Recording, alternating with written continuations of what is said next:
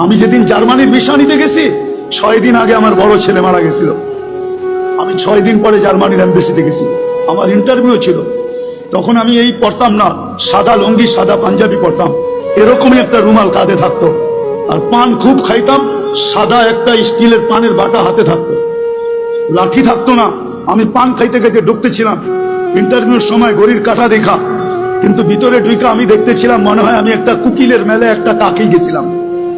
সবাই আমার দিকে যেরকম চাইতেছিল, তা আমার মনে হইতেছিল আমি কুকিলের মেলা একটা কাক।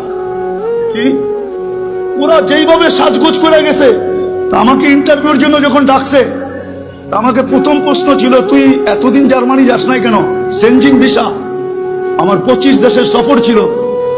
তা আমি বললাম প্রয়োজন ছিল না, এত দেশ গেলি, জার্মানি গেলি না, এখন দরকার যাব। জিজ্ঞাসা করলো তুই কি করিস? বললাম।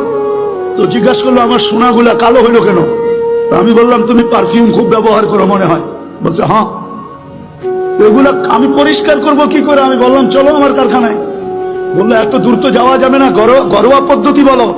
তা আমি ঘরোয়া পদ্ধতি বলতেছিলাম, আর ওর ভিসা প্রিন্ট করতেছিল। আমাকে বললো 600 এত টাকা দাও, 6000 এত টাকা দাও, দিলাম।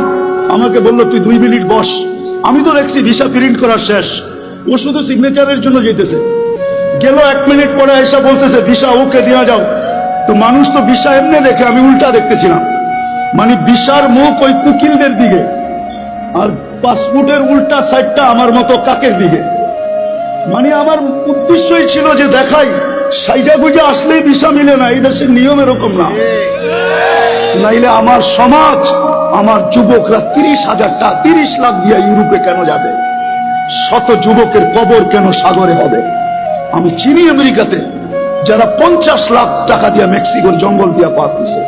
একটা কাহিনী না, শত কাহিনী আমার এখানে আছে।